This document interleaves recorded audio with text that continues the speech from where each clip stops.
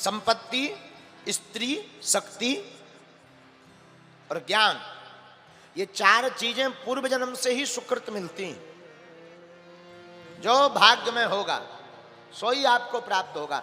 लेकिन भजन के प्रभाव से, मंत्र के प्रभाव से, भक्ति के प्रभाव से भगवान के लिए कुछ भी असंभव नहीं।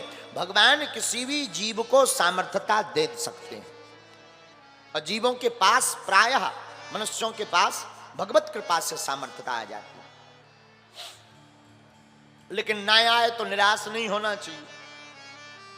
कई बार बड़ा बड़ा ध्यान करने के बाद भी कुछ प्राप्त नहीं होता है और कई बार एक लोटा जल चढ़ाओ शंकर जी प्रकट। एक भक्त की कथा आती है, तो चोरी करने गया और चोरी तो उसे चोरी के लिए एक दिन कुछ मिला ही नहीं, बड़ा हैरान। उसने सोचा चलो घर चलें, काहे को भूखे मरे। गांव के बाहर आया, एक मंदिर मिला, मंदिर वो भी शंकर जी का। उसने सोचा रात यहीं गुजारो। शंकर जी के मंदिर में गया, बोले जय हो, मिले भी हो तुम मिले। राम जी का मंदिर होता तो कम से कम कुंडल होते, मुकुट होता, तिलक होता, मिले भी सो शंकर जी।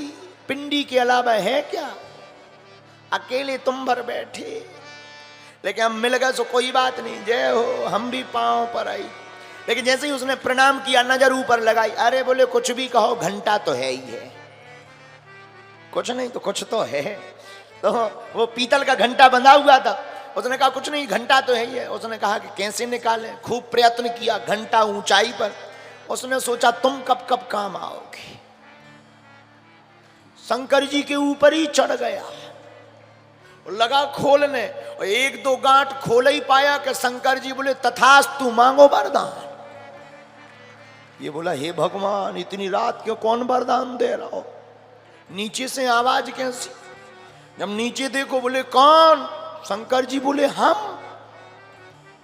चोर बड़ा हैरान, बोले बड़े बड़े पूजा पाठ वाले भगवान, पंडित जी हने देके, महात्मा देके, तुम उनसे नहीं बोले, हमसे बोल गए।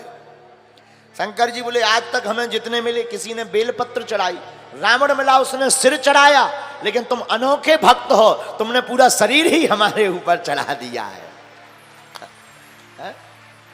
न जाने कौन से गुण पर दया निधि जाते हैं, न जाने कौन से गुण पर दया निधि लीज जाते हैं। यही सब ग्रंथ कहते हैं, यही सब वेद गाते हैं। न जाने कौन से गुण पर,